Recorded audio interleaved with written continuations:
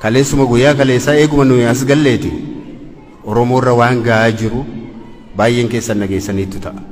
Dheengadda kana torban kana keessa maal akka ta'aa ture baay'een keessan quba qabdu ta'a. Konkolaataa irraa buusanii jumlaadhaan akka fedhanitti ajjeesu biyya sana keessa. Ilma Oromoo harka isaa dudduubatti hidhaniitu rasaasaan tumanii ajjeesu. Gaafa sana tamuuf yeroo isaan kaarikuleemii diizaayinii godhachuu jalqabantu ture. Har'a garuu afaan keenya barachuu dhiisaati. Afaan keenya nuyyuu afaan keenya akka nuyi dubbanne nu ayyamuu barbaadan. Afaan keenya akka nuyi dubbannu iyyuu gaafa sana barachuu barbaadaniiru, dubbachuu barbaadaniiru. Har'a immoo sinumaa dubbattu afaan keessan nuun jedhu. Hamma sana hamleen keenya cabee dhugaa dubbachuudhaaf. Kabajaan keenya hamma kana rukutame. Ormi kaleessa nu sodaatu har'a miidiyaatti bahee akka garaa isaatiitti waan barbaade nuun jedhee nutti dubbatee fayyaadhaan naqee rafee bula. Ijoolleen Oromoo gaafa sana qabsoo kana finiinsitee nuunis nu abdachiiftee mootummaa amma jiru kanas immoo jijjiirama jettee itti kennitee deebite. Baay'een ishee lubbuudhaan hin jirtu har'a. Baay'een isaanii lubbuudhaan hin jiran. Isaan kan mana hidhaa jiru. Isaan kan utuu biyyaa ba'anii utuu baqatanii galaana keessatti gammoojjii keessatti dhumaniiru. Isaan kan immoo rasaasuma mootummaa kanaatiin dhumaniiru. Warri hafe immoo mataa isaanii buufatanii dhokachaa as jechaa achi jechaa baqachaa akka bineensaa biyya isaanii keessatti rifachaa jiraachaa jiru. Kun dhugaa har'a keessa jirudha. Kana dhoksuun hin danda'amu.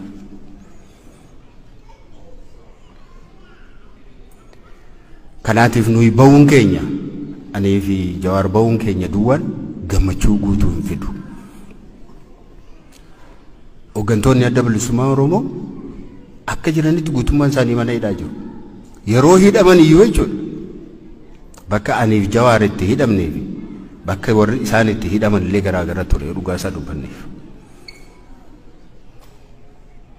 Isaanin gammoojjii keessa olii gadi naannessu bakka itti jijjiiru akka namni hin dubbisne godhu akka galaan isaan hin dhaqqabne godhu akka isaan yaalii hin arganne godhu rakkoo guddaa darara guddaatu irra ga'ee jira. Ammallee rakkoon sun dararri sun isaan irra jira. Yeroo meeqa mana murteeti hagadi haa lakkifaman jedhee abbaan murtee yeroo gadi lakkisu deebisanii immoo qabanii yeroo poolisiin tokko gadhiisu poolisii biraan immoo qabee fudhatee deema butte. Kana keessa jirra dhiiroo har'a. Kanaaf anaaf yeroo gammachuu miti. Isiniif illee yeroo gammachuu ta'uu hin danda'u. Dhuguma nuyi ba'uun keenyas salphaadha jechuu hoo miti. Haa ta'u iyyuu malee guutuu ta'uu hin danda'u. Qabsoon keessan itti fufuu qaba. Hiriirri keessan kaleessaa itti fufuu qaba.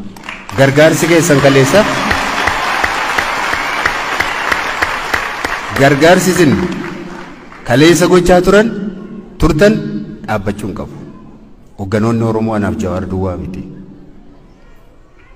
Dhuguma namoonni tokko tokko nu wajjiniin ba'aniiru. Hamzaa Booranaa fi Dajanee Xaafaa nu waliin dhufuuf turan qaama imala kanaa ta'anii haa ta'u iyyuu malee sababii viizaa argachuu hin dandeenyeef biyya keessatti hafaniiru. Garuu nagaa keenyaa fi galata keenya uummata biraan nuu gahii jedhanii ammoo daqiiqaa muraasa dura naa bilbilanii turanii galata isaanii fudhadhaa. Isaanis silaatii qaamaan nu gidduutti argamu turanii sababii kanaaf hin argamin waan hafaniif jechuudha. Egaa akkamittiin deemnee mootummaan kun akkamittiin haala kanarra akka inni ga'e isin ibsuun hin barbaachisu. Abdiin keenya akkamittiin akka nyaatame akkamittiin booddee akka deebine dhuguma akkuma sila Jawaar dubbate waggaa 50 dura bakka turreerra hin turre 2018 baay'ee deemnee turre baay'ee abdannee turre baay'ee jabaannee turre ulfina sargannee turre waggaa lamaan kana immoo hagama akka booddeetti deebine akkuma amma dubbanneedha jechuudha. Kanaatiif qeerroon kaleessa akka intarhaamuutti yeroo inni lakkaa'ame akka sanyii duguugduutti lakkaa'ame galati silaati galata galfachuun nurra ture galata sanas dhabe hojiis dhabe barumsas dhabe ulfinas dhabe deebi'aa akka hattuutti akka shiftaatti ilaalame kanarra geenye inni jiraachuu dadhabe immoo deebi'ee waraanatti deebi'e lolachaa jira har'as mana isaa keessa jiraachuu hin dandeenye biyya isaa keessa jiraachuu hin dandeenye barachuu hin dandeenye qotee jiraachuu hin dandeenye hojii hojjechuu hin dandeenye kanaatiif waa inni gochuu danda'u bosona dhaquudha maadhaxxee namitti hin jedhu hin jiru dhiibamee dhaqe waan godhuu dhabe maal godha namni yoo manni isaa gubate fakkeenyaaf kanumti nu wajjin mana hidhaa ture kan nuti beennu nama baay'eetu jira abbaan hidhame ilmi hidhame kan wajjin turan gaafa mana hidhaatii ba'anii abbaasin hidhu deebisanii ammoo ilma hidhu hojiidhaa hin ari'u gaafa waan godhan dhaban dhufanii nagaa nutti dhaamanii nuyi hin deemne hidhaas hin dadhabne lafa jiraan nus hin qabnu mana isaanii irratti gubannu marratti amma nama kana maa bosona dhaqxe namitti hin jedhu jira attamittiin jechuu danda'a eessa haa jiraatu eessa haa dhaqu eega jiraachuu dadhabe maal gochuu qaba taa'ee du'urra lolatee yoo du'e namicha kanatti murteessuun hin danda'amu.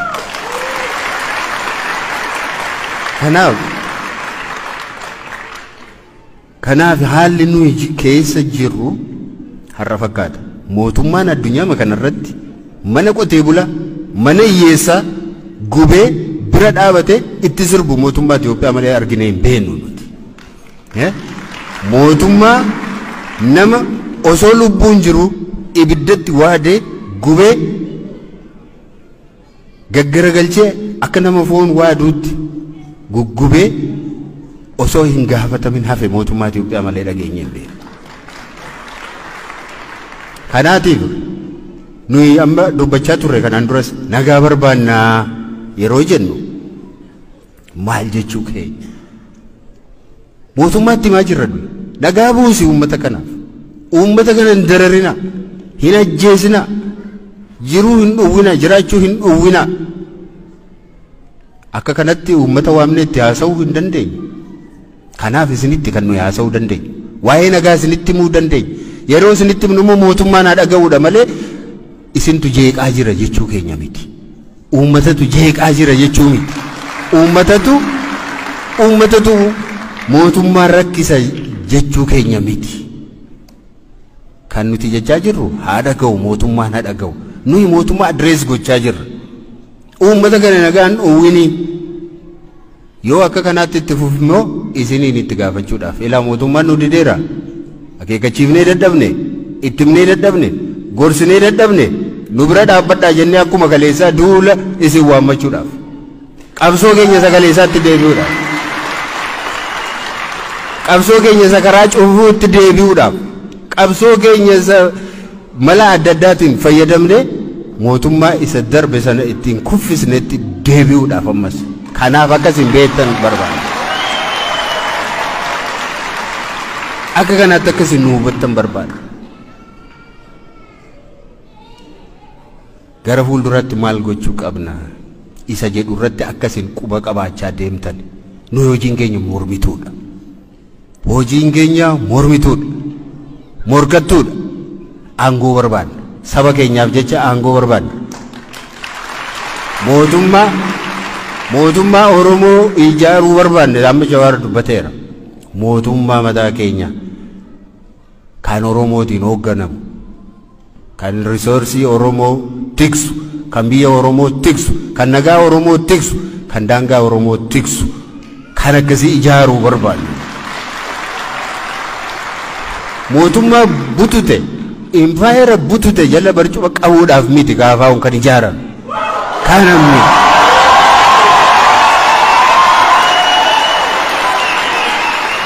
kana gochaas hin jiru kanarraati shakkii tokko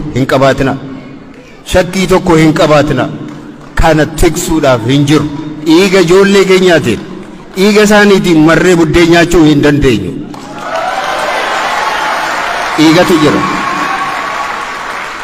eega nuti galma kana keessa seenneeti Oromoo meeqa du'e laata yoona meeqatu du'e laata otoo bilbiltanii gaafa si baatan amma nami baay'een iddoo akkasitti abaluddu iddoo akkasitti yookaan feesbuukii yoo bantan wayii tokko argitu lubbuutu itti kaffalamaa jira kana jala barcuma qabuu hin dandeenyu nuti hin danda'amu itti himnaa hin akeekkachiifnaa dhaabbadhu jennaa yoo isaan didan nus hin duullaa isinis hin duultu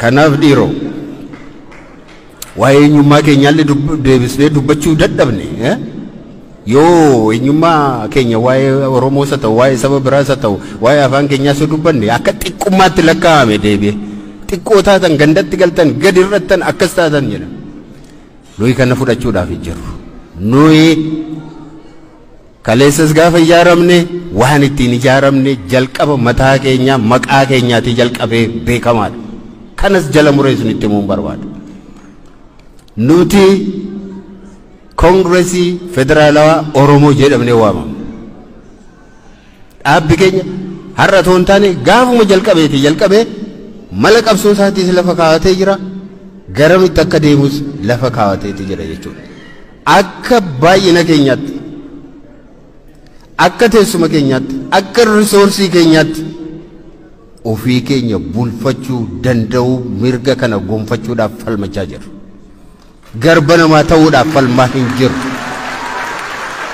sabaaf sablammii biraa wajjin nagaa jiraachuu barbaada garuu harka tokkoon wannoo ta'uun hin danda'amu nagaa namaa kenneef nagaadhaan wajjin jiraachuun barbaachisaadha Oromoon nagaa barbaada nuyi wannoo keenya keessa vaaliyuu keenya keessaati sana keessaati baanii hin beekne ammas kanumaaf qobsoo kanaatiif yeroo waa'ee nagaa yeroo haasofnu nuyi kanaan dura waggaa meeqa duraatii jalqabee tartiibatti hin deemaa jirru qabna maal jechuudha kun biyyi keenya rakkateera nagaa dhabeera beela'eera mootummaan nagaa dhowwateera warri didan immoo mootummaa nagaa nu dhowwate kanaaf hin jilbeenfannu nus waraannee lollee duunaa yookaanis immoo mirga keenya deeffanna jedhanii warri jiran immoo jiru kana gidduutti qoonni hin jiru dinagdeen guddataa hin jiru nagaan hin jiru baratamaa hin jiru rakkoo kanatu jira kanaatiif maal jenna nuyi dhaaba warri rukuttan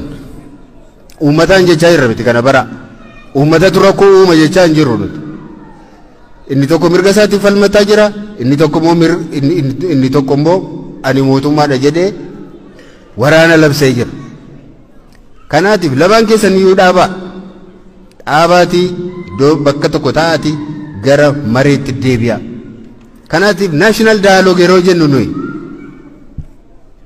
waraanni bilisummaa Oromoo waraanni TPLF mootummaan taa'anii dura haa mari'atan waraana dhaabuu irratti walii haa galanii jenna kana jechuun qawwee keessan kennaa jechuu keenya beeku qawwee kennaa hin jenne nuti qawwee keessan kennaatii taa'aatii mari'adhaan jenna qawwee eega kennanii marii maalii barbaachisa marii hin barbaachisu eega kennan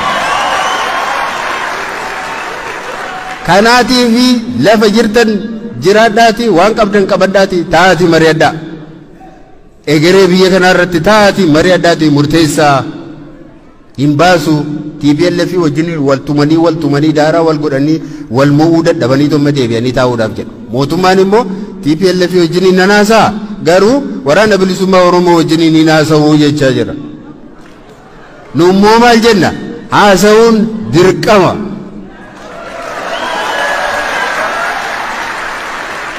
adda bilisummaa Oromoo wajjin ninaasa'uun waraana bilisummaa Oromoo wajjin haasa'uun dirqama dhukkuba wal fakkaatuuf qoricha adda addaa hin kennan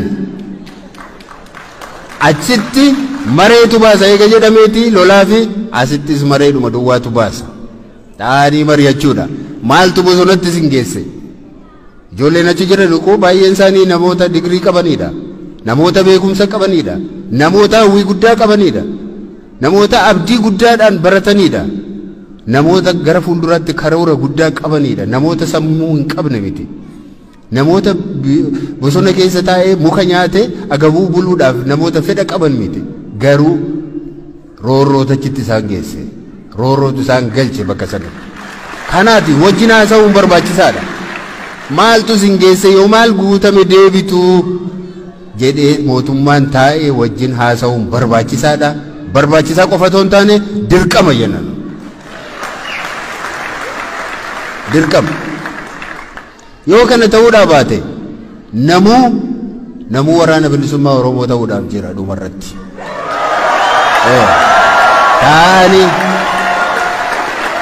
Taa'anii wajjin haasa'uun barbaachisaadha. Nagaan bu'u akka bu'u yoo barbaade mootummaan akkuma TPLF wajjiniin haasa'uu jalqabe yookaan karoorfatee jiru waraana bilisummaa Oromoo wajjinis taa'ee gaaffii isaanii keessummeessuun dirqama isa jedhu kaasuu barbaadna jechuudha. Kanaatiif yeroo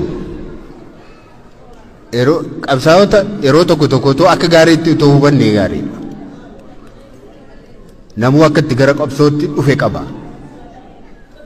Namuu akka itti gara qabsootti dhufe qaba. Akkuma dammaqetti dhufa namuu. Akkuma dammaqetti gatii baasaa dhufe hundumtu. Namni gatii hin baasin iddoo kana ga'e hin jiru. Namni dhiiga ilmaan isaatiin, dhiiga obbolaa isaatiin utuu du'aa jiru, utuu ajjeefamaa jiru, utuu dararamaa jiru, biyyaa bahu, utoo biyyaa bahaa jiru, karaa wajjiniin taa'ee araaramuu kan barbaadu hin jiru.